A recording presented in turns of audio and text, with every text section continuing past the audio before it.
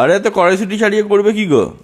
এই তুমি জানো না এই কড়াইশুঁটিগুলো স্টোর করবো গো। বাজারে এখন কড়াইশুঁটি খুবই সস্তা জানো। আমি 15 টাকা কেজি করে নিয়ে এসেছি। এখানে 3 কেজি কড়াইশুঁটি এনেছি, আরও আনবো। এগুলো আগে করে নিই, কারণ এত কড়াইশুঁটি একসাথে আনতে পারিনি আমি। সেই জন্য 3 কেজি নিয়ে এসেছি। আগে এটাকে স্টোর করি, তারপর আমি আরও নিয়ে আসবো কিনে, সারা বছর ধরে খাবো। দেখো বন্ধুরা, আমি কিন্তু সবগুলো কড়াইশুঁটি ছাড়িয়ে নিয়েছি, আর এখানে মোটামুটি 1 বাটি মতো কড়াইশুঁটি হয়েছে। এবার কিভাবে স্টোর করে রাখবে চলো সেটা তোমাদের দেখিয়ে দিই। কড়াইশুঁটিকে স্টোর করে রাখার জন্য কড়াইশুঁটির দানাটা হতে হবে পুষ্ট। তোমরা দেখো, এখানে দেখে নিশ্চয়ই বুঝতেই পারছো, এখানে এক একটা দানা পুরো পুষ্ট রয়েছে।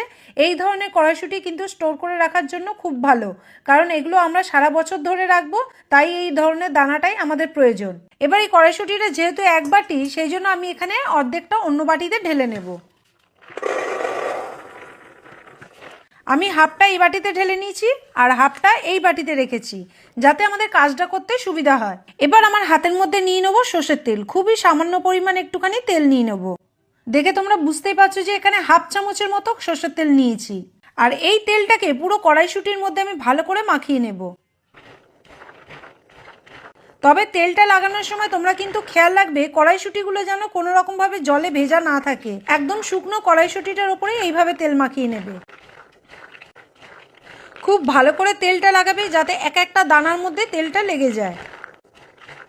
দেখো, এখানে কড়াইশুঁটিগুলোর মধ্যে কিন্তু আমি তেল লাগিয়ে নিয়েছি। এবার আমি এই বাটি কড়াইশুঁটির মধ্যেও তেল লাগিয়ে নেব। সেমভাবে আমি হাফ চামচ মতো তেল হাতের মধ্যে ঢেলে নেব। দেখো, দুটো বাটি কড়াইশুঁটির গায়েতেই আমি তেলটা লাগিয়ে নিয়েছি। এইবার যে কাজটা করতে হবে চলো সেটাও তোমাদের দেখিয়ে দিই। এইরকম জিপলক প্লাস্টিক নিতে হবে, কারণ কড়াইশুঁটিগুলোকে আমি ফ্রোজেন করে রাখবো, সেই জন্য জিপলক প্লাস্টিকটাই আমাদের দরকার। একটা বাটির কড়াইশুঁটিকে আমি একটা জিপলক প্যাকেটের মধ্যেই ঢুকিয়ে নিয়েছি। এবার যে কাজটা করতে হবে, ভেতরের হাওয়াটাকে কিন্তু আমাদের বাইরে বার করে দিতে হবে। সেই জন্য প্যাকেটটাকে ঠিক যেখানে কড়াইশুঁটিটা শেষ হয়েছে সেই জায়গাতে ধরবো।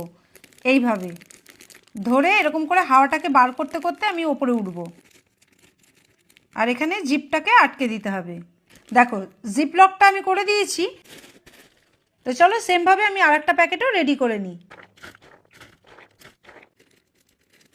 দেখো, এখানে দুটো কড়াইশুঁটির প্যাকেটই আমি রেডি করে নিয়েছি, আর এটা আমরা সারা বছর ধরে ফ্রিজে স্টোর করে রাখতে পারবো।